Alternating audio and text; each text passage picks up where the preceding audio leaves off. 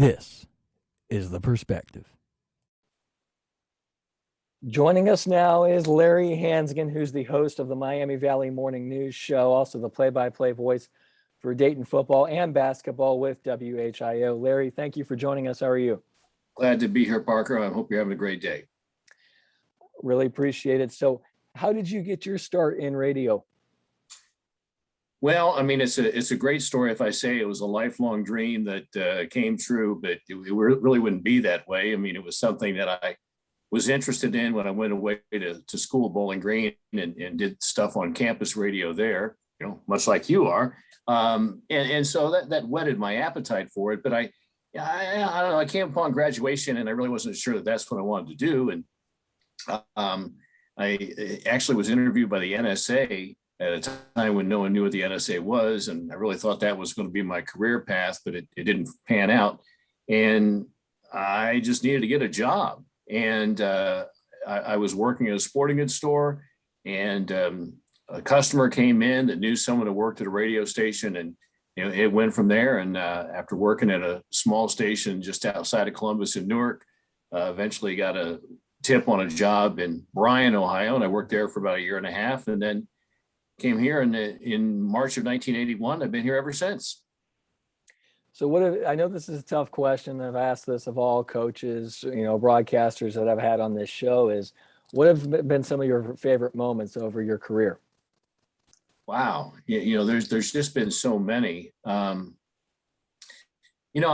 think I'll go back to early in the time at Dayton.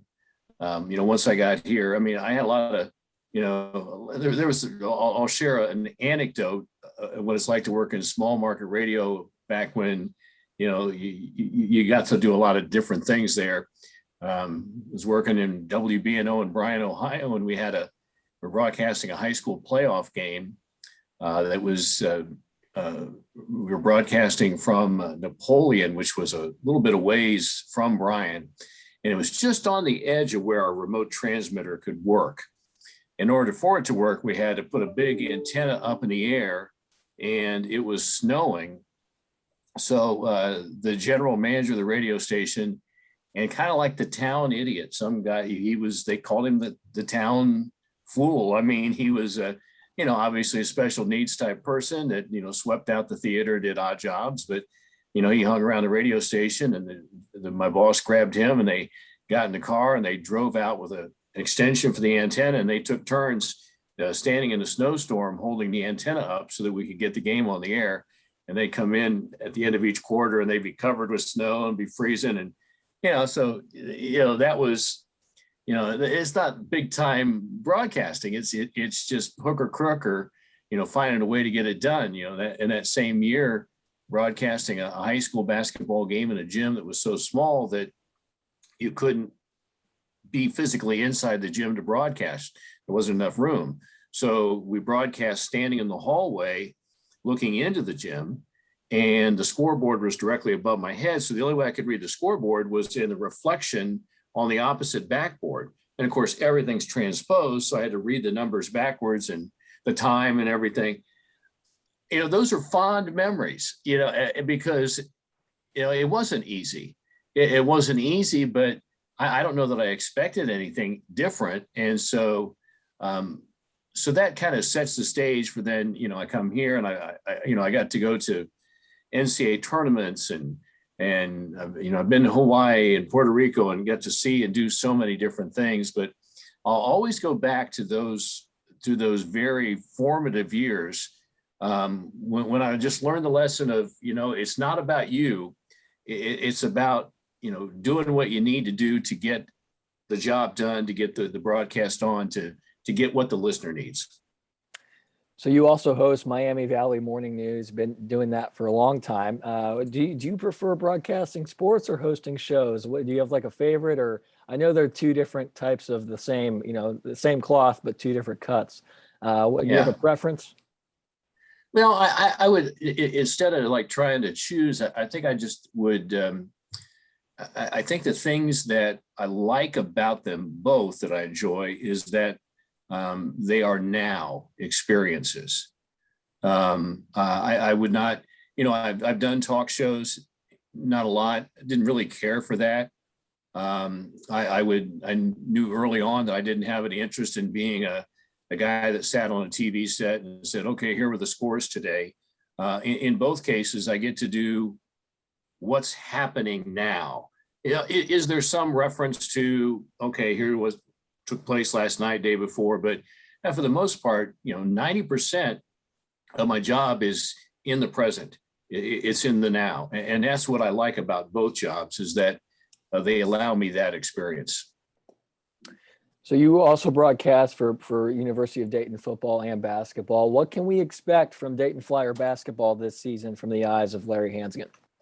Well, I think what we can expect is the unexpected, because I really think, I don't think anyone, the players themselves, the coaches, much less fans and media, really know what's going to happen or who, how it's going to pan out. And I say that with enthusiasm. I'm sure coaches would love to, come into a season saying, okay, I've got this, I know. I mean, I've got all these givens, and now I'll just add a few new pieces and we're good to go. Coaches don't like the mysteries, but this team is going to be a mystery because they're just so young. They're young, and then they're also young together. And that's the other thing, even though you got some guys that have as much as one case, even 3 years of college basketball experience, still blended together. It's not known. And that's why you buy a ticket. If you're a fan, you buy a ticket, or you turn on the radio, you turn on the TV, because you don't know the outcome. What's going to happen? I don't know. I want to find out. I mean, if not, then it's professional wrestling where it's all been scripted in advance. And so that's not the case. This is something that we don't know. You start putting little tiny building blocks of what I know together, or what someone knows together. And eventually, at some point in time this year, probably later instead of sooner, we will have an idea. So speaking to those young broadcasters out there, maybe in high school or early in their college careers, what advice from a veteran like yourself would you give to those young broadcasters? Well, I mean, think of yourself as, as a writer. And that, essentially, though, you're ad-libbing. You're not working off a script, okay? And you certainly don't ever want to sound scripted. But I really want to emphasize that the process of writing, let's call it composition instead, because you compose your thoughts. If you are going to deliver a sportscast, you have a little bit more time to compose your thoughts about what you want to say. If you're broadcasting a live event, obviously you're composing your thoughts on the fly. But I would just really urge young people to think about being a good communicator, and how can I effectively get a message across, and can I do it on the fly, off the seat of my pants? And I think that actually becoming a better writer just to the written word is going to help you become a better speaker, and be able to do just that without having to think. You're going to be able to describe things and do so in a way in which you're going to get your point across. So, that would be the biggest advice: is be a good communicator, and then also be a good observer. A long time ago, when I taught at one of the local broadcast schools, I often said that, what you want to do, you want to address your audience as if you just came into the break room at work, or you came into the student lounge there at Wright State, and something happened on the way to school, and you can't wait to tell them. And it's kind of that, guys, you won't believe what I just saw. And it's those types of moments. That's really what we want to do. Is we want to be storytellers, but do it in a very succinct yet exciting way, obviously truthful, but Yeah, but be a great observer and think about, okay, wow, I just saw something. How would I tell someone? How would I tell someone so that they can and they can feel the excitement or the surprise or the disgust or whatever your emotions were when you saw it? How can you relay that and convey that feeling? So you've been here in Dayton for 40 plus years now. What's next for Larry Hansgen? Well, I hope another 40 years. It'll be here for as long as it is. And yeah, I'm not ruling out doing different things, but I'm not going to relocate or change jobs or anything like that. I don't rule out getting involved in something else different, whether it's career wise or from a community involvement standpoint or anything like that. But I'm not saying that this is the finished product. This is it.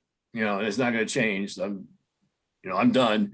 No, I'm not going to say that, but no, I have no aspirations beyond what I'm doing. I'd still like to do what I do a little better. Well, Larry, I can't thank you enough for your time today. Thank you for spending your time and chatting with me today. I really appreciate it. All right. Absolutely. Always a pleasure, Parker. Hi, everybody. Thank you for watching The Perspective on WWSU 106.9. Be sure to check us out on YouTube and follow me on Twitter @Parker Testa.